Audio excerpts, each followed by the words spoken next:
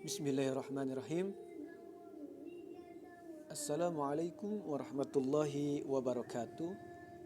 Bismillah, alhamdulillah, wa syukurillah, wa la hawla wa la quwata illa billah. Amma ba'du. Selamat pagi anak-anakku. Alhamdulillah pada kesempatan pagi hari yang indah ini kita masih diberikan umur yang panjang sehingga kita masih diberikan kesempatan oleh Allah Subhanahu wa taala untuk memperbaiki hidup kita, untuk melakukan aktivitas pada pagi hari ini. Seperti itu. Karena manusia diberikan umur yang panjang oleh Allah Subhanahu wa taala senantiasa untuk memperbaiki diri kita agar kita mendapatkan kehidupan yang baik, juga mendapatkan husnul khatimah, yaitu akhir hidup yang baik. Oke, Bapak mulai saja untuk materi pada pagi hari ini. Kemarin kita telah mempelajari tentang pengertian hari akhir dan lain sebagainya dan cerminannya. Oke, pada pagi hari ini materi yang kedua, daring kedua ya. Bapak akan menjelaskan tentang memberikan materi kejadian-kejadian yang berkaitan dengan hari akhir. Apa saja sih yang berkaitan dengan hari akhir? Ya. Jadi setelah yang berkaitan dengan hari akhir apa saja seperti itu. Paham ya? Oke, selanjutnya next. Apakah yang pertama? Yang pertama adalah barzakh. Nah, kalian bisa lihat di sini ada tempat pemakaman, ya. Tempat orang peristirahatan terakhir yang mungkin tidak ada lagi yang mau menemani orang itu selain disinilah tempatnya, di alam barzakh. Terminal pertama dari beberapa tempat yang akan dilalui seseorang pada rangkaian hari kiamat setelah mengalami kematian lalu dibangkitkan kembali adalah alam barzakh ataupun alam kubur yang kalian bisa saksikan pada pagi hari ini. Nah, inilah ya gambarnya. Setelah meninggal, nah orang akan dimakamkan atau akan berada di alam kubur. Di alam kubur inilah seseorang akan mengalami pembalasan atas semua amal perbuatan yang telah dikerjakan di dunia. Alam kubur terkadang bisa menjadi taman surga bagi orang-orang yang beramal soleh, akan tetapi sebaliknya bisa menjadi bagian dari lubang neraka bagi orang-orang yang durhaka kepada Allah Subhanahu wa taala. Dalam bahasa Arab, kata barzakh sendiri berarti penghalang antara dua benda. Dalam Al-Quran disebutkan bahwa barzakh merupakan tempat di antara kematian dan kebangkitan. Allah Subhanahu wa taala berfirman dalam Quran surat Al-Mu'minun ayat 100 yang artinya, agar aku berbuat amal yang soleh terhadap yang telah aku tinggalkan. Sekali-kali tidak. Sesungguhnya itu adalah perkataan yang diucapkan saja. Dan di hadapan mereka ada dinding sampai hari mereka dibangkitkan. Itulah ya.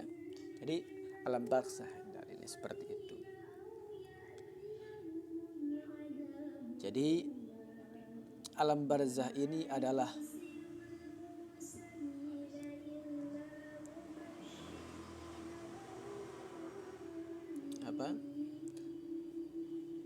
ibaratnya terminal ya. Jika kita nanti menunggu hari akhir nanti ya. Semuanya belum ada yang melainkan menunggu di alam barzakh. Selanjutnya yaumul ba'ats. Kata ba'ats merupakan kata yang berasal dari bahasa Arab yang berarti kebangkitan. Ya, hari kebangkitan.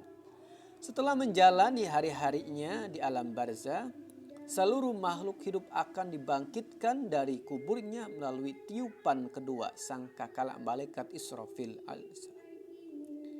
Peristiwa ini terjadi setelah tiupan sangkakala pertama yang menghancurkan seluruh jagat raya pada hari kiamat kubro.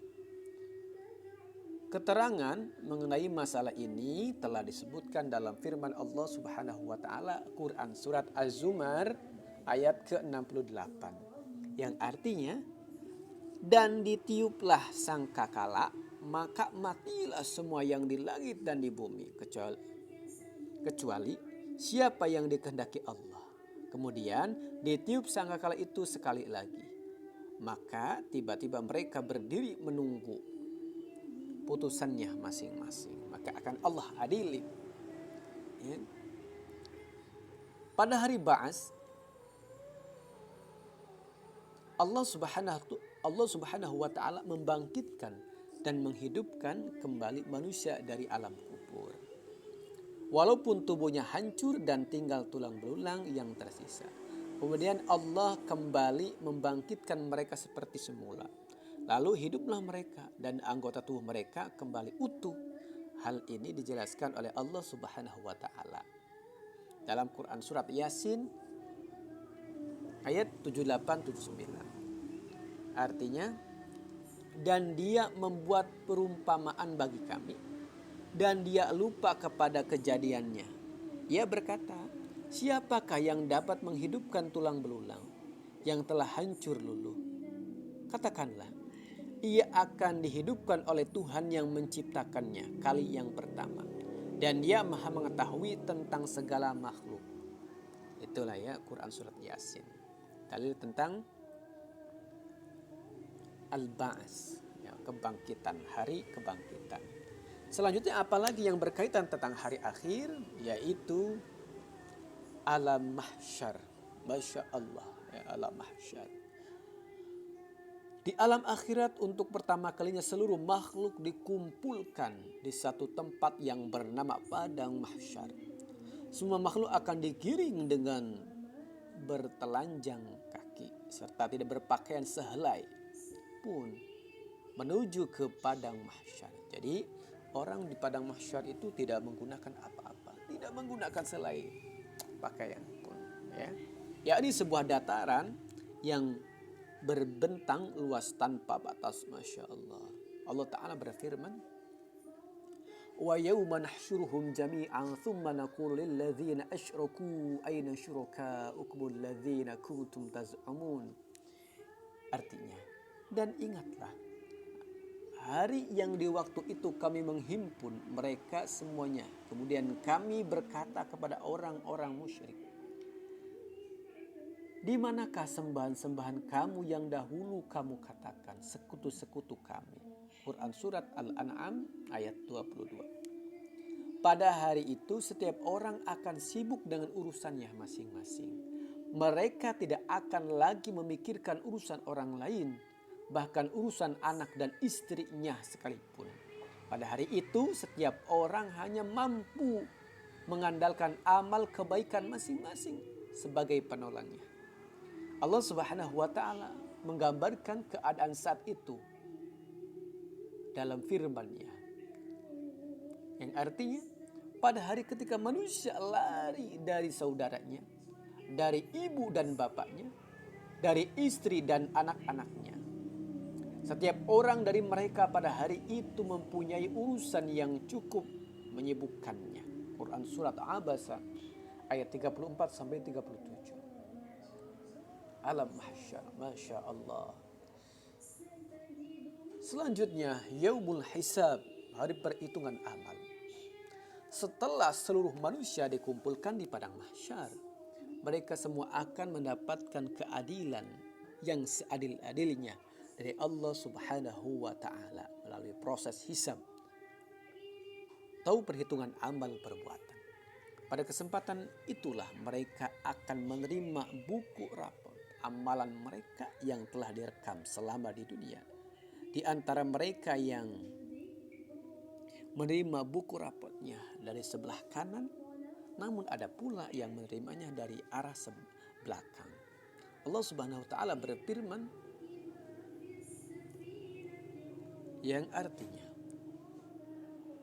Adapun orang yang diberikan kitabnya dari sebelah kanan, maka dia akan diperiksa dengan pemeriksaan yang mudah. Dan dia akan kembali kepada kaumnya yang sama-sama beriman dengan gembira. Adapun orang yang diberikan kitabnya dari belakang, maka dia akan berteriak, celakalah aku. Dan dia akan masuk ke dalam api yang menyala-nyala, neraka. Quran Al-Insyiqaq ayat 7-12. Masya Allah.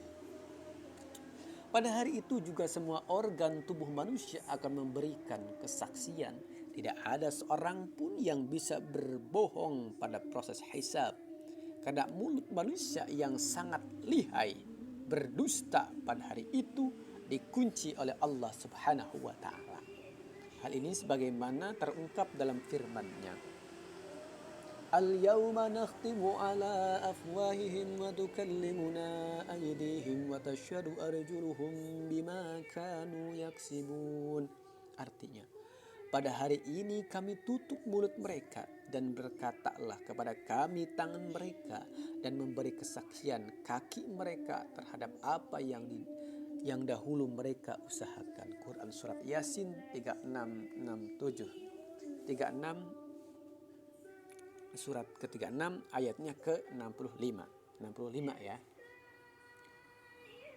Semua amalan perbuatan manusia akan dihitung oleh Allah dengan seadil-adilnya dengan menggunakan mizan. Mizan merupakan neraca atau timbangan yang dipergunakan untuk menakar amalan perbuatan manusia selama di dunia ini. Allah Subhanahu wa ta'ala berfirman dalam Quran surat Al-Anbiya ayat 47 yang artinya, dan kami akan memasang timbangan yang tepat pada hari kiamat. Maka tiadalah dirugikan seseorang barang sedikit pun, dan jika amal itu hanya seberat biji sawi pun pasti kami mendapatkan pahalanya, dan cukuplah kami sebagai pembuat perhitungan. Itulah ya tentang yaumul hisab.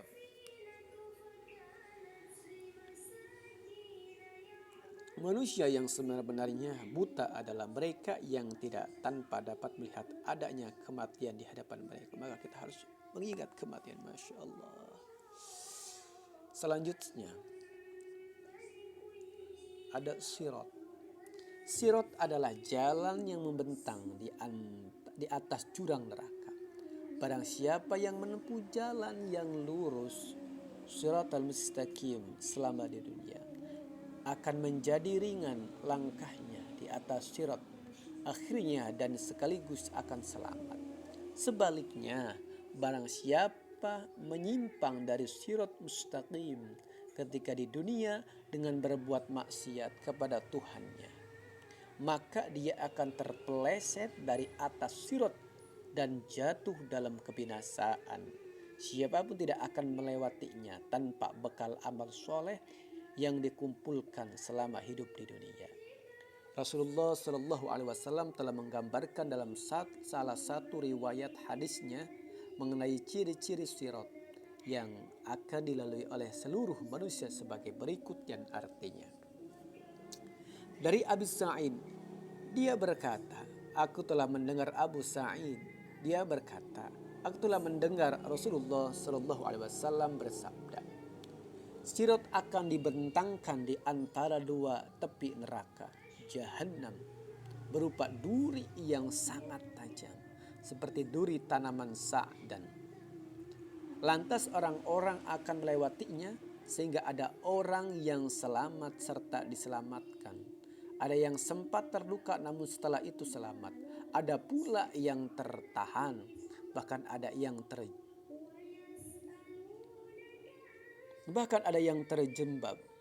terjerembab dalam kondisi terjungkir. Hadis riwayat Ahmad. Masya Allah ya. Perlu diketahui kembali bahwa sirat merupakan perkara yang hak dan pasti ada. Orang mukmin yang mendapatkan syafaat akan melewatinya laksana kilat yang menyambar.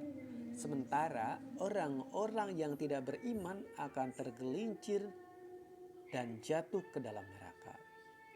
Hal ini sebagaimana firman Allah Subhanahu wa taala yang artinya, yaitu pada hari ketika kamu melihat orang mukmin laki-laki dan perempuan, sedang cahaya mereka bersinar di hadapan dan di belah kanan mereka.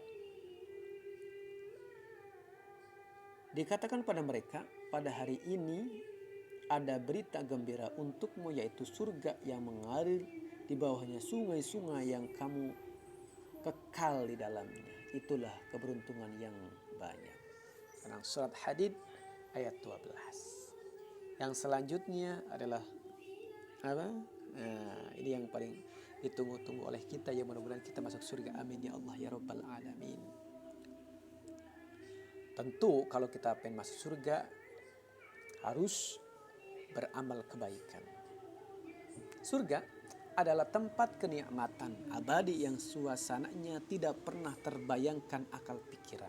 Ini hanya gambar saja ya, bukan surga seperti bukan, jauh sekali ya, luar biasa. Ini mah hanya contoh saja, bukan contoh sih ya. Ini hanya ilustrasi, tapi bukan seperti ini, jauh ya. Maka lebih indah lagi, luar itu. Ini di dunia ini bukan ada apa-apanya ya, belum ada apa-apanya, tidak pernah terlihat oleh mata, tidak oleh mata, dan tidak pernah terdengar telinga. Namun untuk mencapai surga, seseorang harus melakukan usaha keras dan sungguh-sungguh, sebab kadangkala jalan menuju surga harus melewati banyak rintangan, mulai dari godaan setan sampai dengan rintangan hawa nafsu sendiri. Di dalam Al-Quran Allah telah menggambarkan kenikmatan tempat abadi tersebut dengan menggunakan ilustrasi yang bisa dipahami akal manusia. Dalam surat Al-Waqi'ah, Allah Subhanahu wa taala berfirman, mereka berada di atas dipan yang bertahtakan emas dan permata, seraya bertelekan di atasnya berhadap-hadapan. Mereka dikelilingi oleh anak-anak muda yang tetap muda dengan membawa gelas, cere, dan seloki atau piala berisi minuman yang diambil dari air yang mengalir. Mereka tidak pusing karenanya dan tidak pula mabuk. Dan buah-buahan dari apa yang mereka pilih, dan daging burung dari apa yang mereka inginkan. Dan di dalam surga itu ada bidadari-bidadari yang bermata jeli, laksana mutiara yang tersimpan baik, sebagai balasan bagi apa yang telah mereka kerjakan. Quran surat Waqiah ayat 15 sampai 24. Masya Allah. Surga sangat nikmat sekali. Ya, mudah-mudahan kita semua masuk surga. Amin. Kenikmatan surga yang sesungguhnya adalah lebih dari itu semua. Sebab gambar di atas hanyalah gambaran dalam bahasa. Dengan demikian hendaklah setiap kaum muslimin beriman terhadap keberadaan surga. Sebab Allah dan Rasulnya telah memberikan gambaran yang cukup jelas mengenai tempat kenikmatan abadi tersebut. Yang selanjutnya, Masya Allah, neraka. Mudah-mudahan Allah jauhkan kita semua dari api neraka. Amin ya Allah ya Rabbal Alamin. Allah Subhanahu wa taala menciptakan neraka untuk orang-orang yang tidak beriman dan berbuat dosa. Manusia-manusia yang ingkar kepada Allah dan orang-orang munafik akan menjadi bahan bakar utama neraka. Masya Allah. Hanya orang-orang kafir, musyrik dan munafik saja yang akan menjadi penghuni kekal neraka. Sementara orang-orang mukmin yang bermaksiat akan dihukum sesuai dengan dosa yang telah dia perbuat ketika di dunia. Di dalamnya terdapat berbagai macam bentuk siksaan yang sangat menyakitkan. Ketika penghuni neraka merasa haus dan lapar, bukanlah makanan maupun minuman yang mereka dapatkan, melainkan tambahan siksa yang justru diterima. Ketika mereka memohon pertolongan, justru tambahan siksa yang akan dirasakan. Gambaran siksa neraka dapat diketahui dalam firman Allah Subhanahu wa taala. Ini hanya ilustrasi gambaran ini ya. Di neraka itu luar biasa, lebih parah lagi, Masya Allah. Mudah-mudahan kita dijauhkan dari siksa neraka. Amin, amin ya Allah ya Rabbal Alamin. Masya Allah, firman Allah Subhanahu wa Ta'ala dalam Quran surat Al-Waqiah ayat 51 sampai 55, yang artinya, kemudian sesungguhnya kamu hai orang yang sesat lagi mendustakan benar-benar akan memakan pohon zakum dan akan memenuhi perutmu dengannya. Sesudah itu kamu akan meminum air yang sangat panas, maka kamu minum seperti unta yang sangat haus. Minum. Masya Allah. Pohon zakum, tahu pohon zakum itu Masya Allah luar biasa. Kalau semakin kita makan, kasih minum, semakin sakit, semakin parah, Masya Allah ya. Dalam firman yang lain Allah Subhanahu wa Ta'ala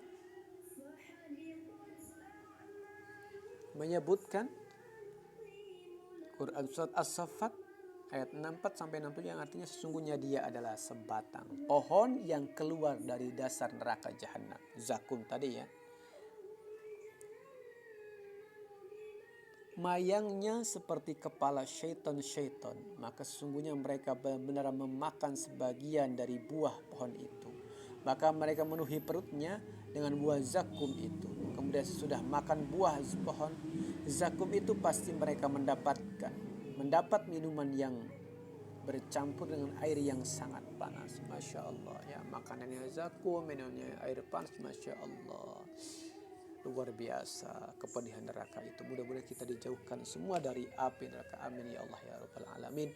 Itulah hal-hal yang berkaitan dengan hari akhir. Kita kembali lagi, mudah-mudahan menjadikan refleksi untuk kita agar kita lebih ingat kepada hari akhir dan ingat lebih kepada kematian ya. Insya Allah. Nah, hikmah daripada materi ini beriman kepada hari akhir, yang pertama motivasi ataupun sebagai motivasi untuk berbuat baik atau amal soleh di dunia sebagai bekal menuju alam akhirat. Selanjutnya menjadi mendorong orang beriman untuk selalu berhati-hati dalam menjalani kehidupannya, karena sekecil apapun yang diperbuat akan diminta pertanggungjawabannya. Selanjutnya meningkatkan ibadah kepada Allah Subhanahu wa Ta'ala tentunya ya, sebagai sarana mendekatkan diri kepadanya dan untuk mendapatkan surga Allah Subhanahu wa Ta'ala.